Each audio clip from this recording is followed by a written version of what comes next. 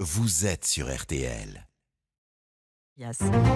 RTL Matin, 7h, 9h30. Avec Yves Calvi.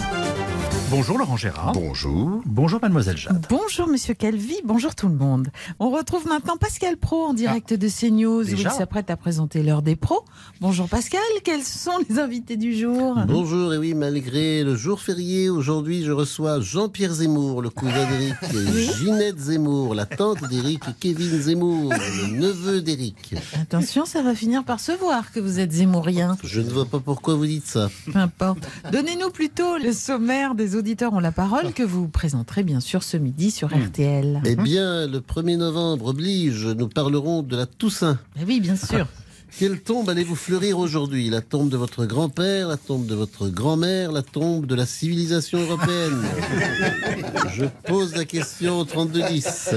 Voilà, encore une question très zémourienne. Mais pas du tout. Je profiterai également de la Toussaint, la fête de tous les saints, pour demander à nos auditeurs quel est votre saint préféré? Oui. Saint-Paul, Saint-Augustin, Saint-Glinglin, Gros Saint, Petit Saint, Bruce Toussaint, Saint-Maclou, évidemment. J'attends vos appels au 32-10. Merci Pascal, on ne s'en lasse pas. J'ai pas fini. Nous parlerons également d'Halloween qui a eu lieu ce week-end. Oui. Qu'avez-vous offert aux enfants qui sont venus sonner chez vous? Des bonbons, des chocolats ou le livre d'Éric Zemmour? J'attends vos réponses au 32-10. Enfin Pascal, j'espère que vous n'avez pas donné le livre d'Éric Zemmour aux enfants. Non, mais je leur ai juste expliqué qu'Halloween n'a rien à voir avec la culture française, en les sensibilisant au danger du grand remplacement. Bon ok, là je dis plus rien. Une dernière question peut-être Pascal. Oui, nous parlerons pour finir de l'heure d'hiver. Dans la nuit de samedi à dimanche, nous avons sauté une heure, mais l'heure que nous avons sautée était-elle consentante? L'heure d'hiver favorise-t-elle la culture du viol? Caroline Doas va-t-elle proposer des formations contre l'heure d'hiver financées par l'argent public? Encore une fois, réagissez au 32-10. Le livre de Solène de Royer intitulé Le Dernier Secret vient de révéler, vous le savez, la liaison de François Mitterrand âgé de 71 ans avec une étudiante de 19 ans et il continue de faire couler beaucoup d'encre. Découvrons sans plus attendre une nouvelle lettre de l'ancien président à sa jeune maîtresse. Nous sommes à l'automne 1988. Claire, oh ma Claire, sauvageonne au rouge cœur, la courbe de tes hanches, je m'en souviens par cœur. Quelle joie ineffable de repenser à ces belles vacances de la Toussaint.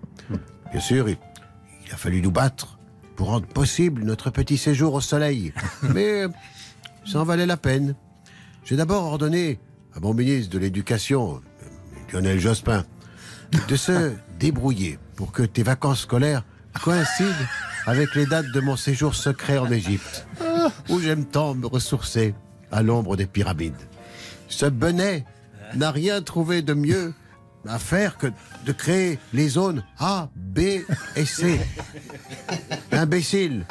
Maintenant, plus personne n'y comprend rien dans les vacances. Mais au moins, grâce à sa stupide carte scolaire, tu as pu t'envoler avec moi sans rater ton TD du vendredi. Ensuite, il a fallu organiser notre petite escapade secrète. J'ai fait affréter un avion du Glam pour Daniel et moi. À peine avions-nous décollé du Bourget qu'elle a commencé à me bassiner avec le sous-commandant Marcos, les zapatistes et tous ces pays d'Amérique centrale dont le nom suffit à lui seul à me donner la tourista. Quelle barbe! J'ai dû demander au beau docteur Gubler de glisser un petit somnifère dans son potage.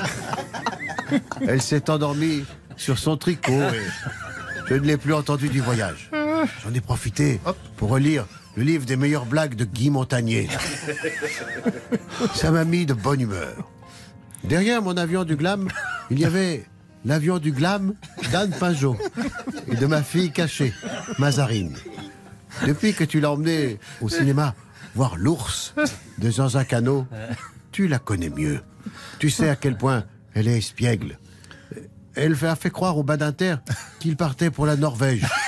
tu les aurais vus débarquer au Caire avec leurs manteaux de vison, leurs moon boots et leurs toques en hermine. Quelle rigolade. En troisième position, il y avait l'avion du glam de Jean, le prof de gym de Daniel. C'est un petit costaud rablé qui la suit partout et elle exige qu'il soit là quand elle part tricoter à l'atché. Je me demande bien à quoi il lui sert, car j'ai jamais vu Daniel en short. Et elle n'a pas l'air de progresser beaucoup en sport. Hein. Il est odieux. Bah, tant qu'il s'occupe de Daniel et qu'il ne m'empêche pas de te voir, je le supporte. Et puis, enfin, derrière tous ces avions du glam, il y avait le tien, ton avion du glam, ma Clairette. Le nouveau Falcon 900 que j'ai fait rebaptiser Pims Orange, en hommage à tes biscuits préférés. Grâce à mon ami, le président Hosni Moubarak, tous mes avions ont pu atterrir discrètement à l'aéroport du Caire sans se croiser. Je l'aime bien, Hosni Moubarak. Il est un peu trop familier avec moi. Il veut toujours me prendre la main comme le gros Helmut. Mais je lui pardonne. C'est un oriental. Il est tactile.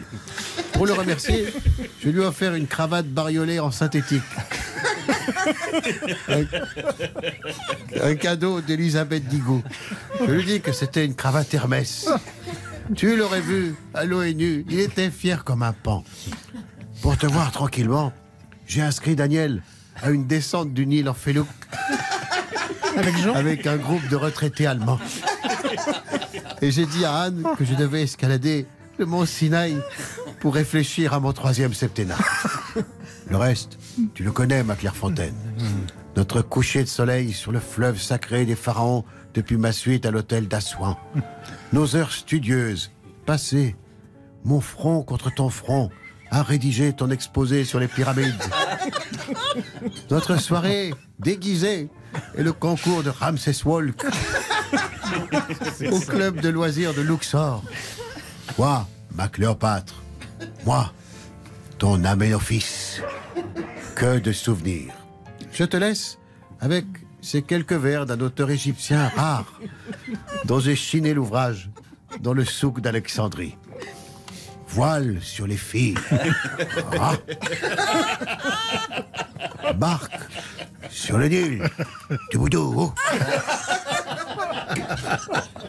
J'ai plus d'appétit qu'un barracuda. Barracuda. Je boirai tout le Nil si tu ne me reviens pas. Je boirai tout le Nil si tu ne me retiens pas. Ah. Oh là là, c'est difficile de se remettre. Hein. Bon, en tout cas, c'était merveilleux.